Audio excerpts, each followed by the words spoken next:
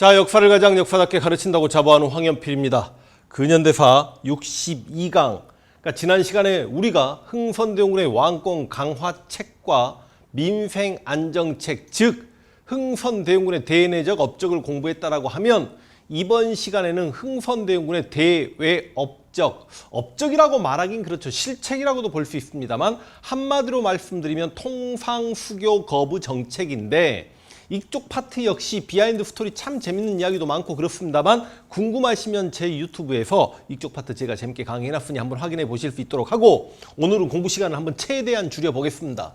일단 선후관계가 시험에 나올 수 있으니까요. 앞글자만 한번 따볼게요. 한번 암기해 보세요. 병재, 병, 오신척 이거 되죠? 병재병, 오신척 그래가지고 결과적으로 이쪽 파트의 가장 중요한 포인트는 여기 병인양요와 양요가 뭔가요? 서양할 때 양자입니다. 요가 소요할 때 요자예요. 그러니까 서양 당시의 양키들의 소란 이런 표현이라고 생각하시면 되겠습니다. 그리고 여기 신미양요. 결과적으로 병인양요와 신미양요 비교하면 되는데 지금 제 개념서에는 병인박해에 대한 시대적 배경, 뭐 러시아가 연해주를 베이징 조약으로 할양받고 이래저래 막 그런 내용까지 나오고 러시아 세력을 견제하기 위해 왜냐하면 당시 대용군 입장에서는 러시아가 베이징 조약이라는 걸 체결하고 갑자기 연해주를 할양받게 되니까 우리 저 함경도 두만강과 국경을 맞닿게 되고 러시아 아이들이 말 타고 두만강이 원래 강폭이 적거든요. 첨벙 건너오니까 러시아 아이들이 무섭거든. 왜냐면 키도 크고 막 말투가 또 싸나운 러시아가 막 스파시바, 차이코프스키 막 그러잖아요. 효도르 러시아. 그러다 보니까 흥선대원군이 조금 말투도 예쁘고 사랑스러운 막 앙리, 지단, 주댐 프랑스 아이들이 더 사랑스럽거든요. 그래서 프랑스를 이용해서 러시아를 견제하려고 프랑스 선교사들의 포교활동을 인정하고 있었고 바로 그 프랑스 선교사들이 포교활동하는 부분에 있어서 위정 척사가 조선의 유생들 위정, 성리학만을 지키고 척사, 사강을 배척하려는 근데 이 당시 위정 척사가들이 가장 견제하는 건 서학이었거든요.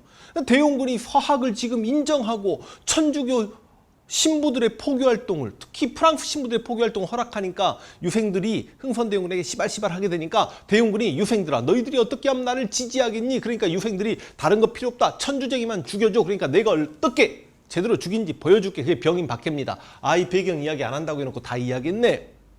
이 병인박해 때 프랑스 신부 12명 중에 9명 죽여버립니다.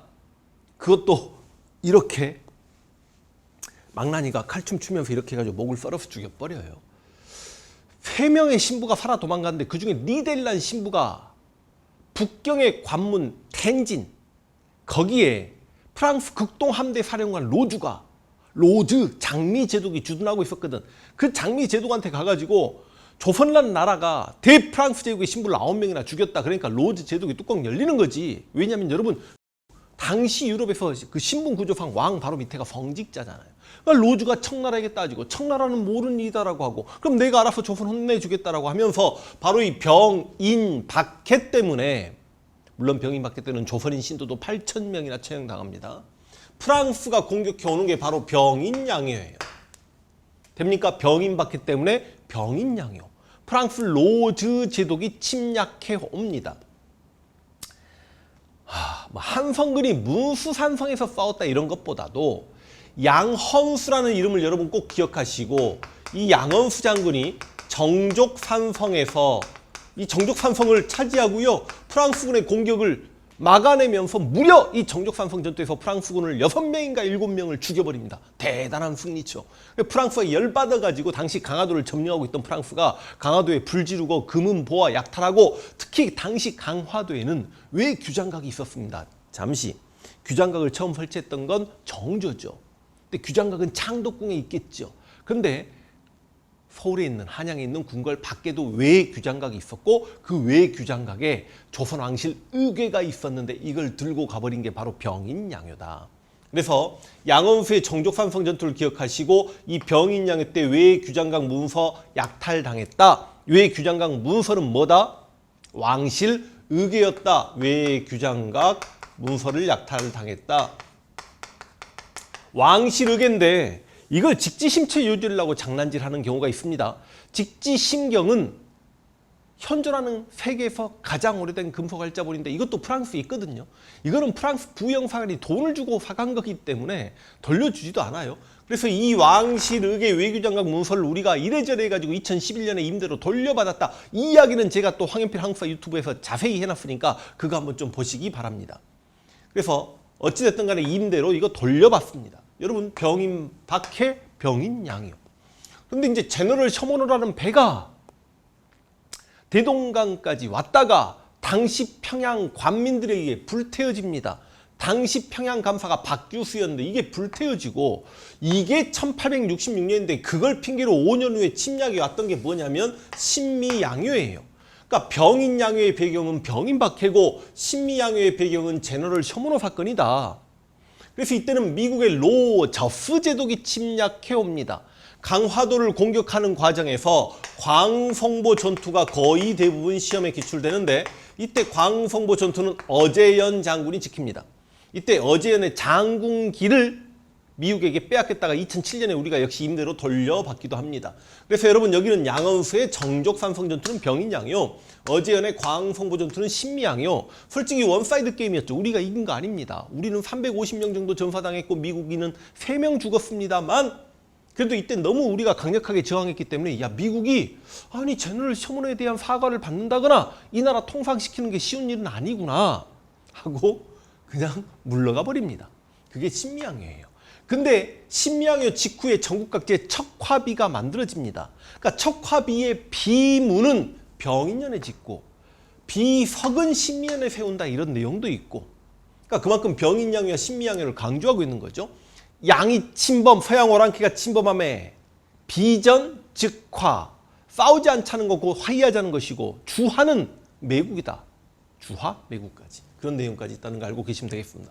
병제병, 오신척. 결과적으로 병인양요와 신미양요 물어볼 겁니다. 다시 한 번만 이야기하자면 병인양요는 어떤 나라가 침략했다고요? 그거 잡아주세요. 여기는 프랑스, 여기는 미국 이렇게 기억하시면 되겠습니다.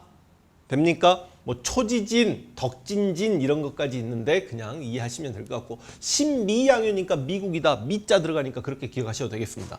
그런데 이제 근현대 사는 연도가 중요하다고 말씀드렸죠. 제가 대용군의 업적, 왕권 강화책과 민생 안정책 공부할 때 뭐 예를 들어서 경복궁이 65년에 완공되었고 71년에 호포법이 실시되었고 71년에 서원 철폐됐고 제가 연도 이야기하지 않았습니다. 흥선대원군 파트는 연도가 그렇게 많이 출제되지 않습니다만 이제부터는 연도를 잡아주셔야 되는데 병인년이 66년입니다. 제너럴 셔먼호 사건 66년이고 병인 양요도 66년입니다. 1월달, 7월달, 9월달, 월까지 써봐야 여러분 좀 의미 없죠? 근데 오펠트 도굴 사건은 뭐냐? 미국인 젠킨슬라는 상인이 독일인 오페르트 도굴꾼에게 흥선대원군 아버지 남영군 묘를 도굴을 해달라. 그래 뼈만 가져다 주면 부장품 네가 다 가져라. 그 젠킨슬라는 미국 상인이 흥선대원군의 아버지 남영군의 뼈를 가지고 조선과 통상 교섭을 하려고 했다가 실패했던 사건이 오페르트 도굴 미수 사건입니다. 역시 제 황인필 한국사 유튜브에 자세히 설명해놨으니까 한번 보실 수 있도록 하고 실제로 제가 사진 자료도 있죠. 충남 덕산의 남영군 묘를 가봤습니다만 진짜 제 눈으로 볼 때도 천하의 명당이었습니다. 오페르트 도굴 사건 68년이었고 신미양요 71년, 척합이 71년 순서만 좀 잡아주시면 되겠습니다. 병제병, 오신척 그리고 병인양요, 신미양요만 비교하세요. 문제 풀겠습니다. 231페이지. 자 갑니다. 다음 자료와 공통으로 관련된 사건에 대한 탐구활동은 가장 적절한 것. 지금 문제가 이렇게 나가고 있을 겁니다. 조선국왕이 천주교 신부를 잔인하게 살해한 날이 조선국 최후의 날이 될 것이다. 천주교 신부를 죽였어요, 조선이. 근데 두 번째 사례 보니까 양이들이 우리 해안 방비를 엿보고 백성들의 마음을 현혹시킨 건 유래가 오래된 것이 하루아침에 생긴 일은 아니다. 이번에 강화도에 적들이 침입한 것과 관련해 강화도를 침략했어요. 그리고 신부를 죽였어요. 병인 이양요죠. 프랑스가 강화도를 점령했고 물론 미국도 강화도를 침략합니다만 외국인 신부 죽인 걸로 외세가 침략했으면 병인양요죠. 그러면 다음 자료와 공통적으로 관련된 사건은 병인양요야. 탐구활동 가장 적절한 건 1번 운요 사건. 어쩔 수 없습니다. 바로 다음 시간에 강화도 조약의 배경이 운요 사건이라고 공부하게 될 겁니다. 그러니까 아직 안 배운 게 계속 선지로 나오는 건 어쩔 수 없는 거죠. 왜 규장각 도서가 약탈된 과정을 조사한다. 그래서 왕실 의궤가 지금도 프랑스 국립도서관에 있습니다. 그래서 정답은 2번이 되겠고 3번 오페르트 도굴 미수 사건의 전말. 오페르트 도굴 사건과 병인양요는 직접적인 관련이 없죠. 선후관계도 오페르트 도굴 사건이 나중입니다. 영국이 검도를 불법 점령한다. 나중에 1884년 갑신정변이 12월 달이었고 그 직후인 1885년에 영국이 러시아를 견제한다고 검은도를 점령한다. 이거 선지로 정말 여러 번 출제되고 영국의 검도 점령은 1885년이고요. 내가 생각할 때 63, 64, 65강 정도에서 검도 점령 만날 것 같습니다. 그 다음 미국에 맞서 싸운 어제연 부대 나옵니다. 어제연의 광성보 전투 신미양요에 대한 설명입니다. 문제 충분히 풀 수 있겠죠? 그래서 정답 2번 62강 이렇게 짧게 끝내겠습니다.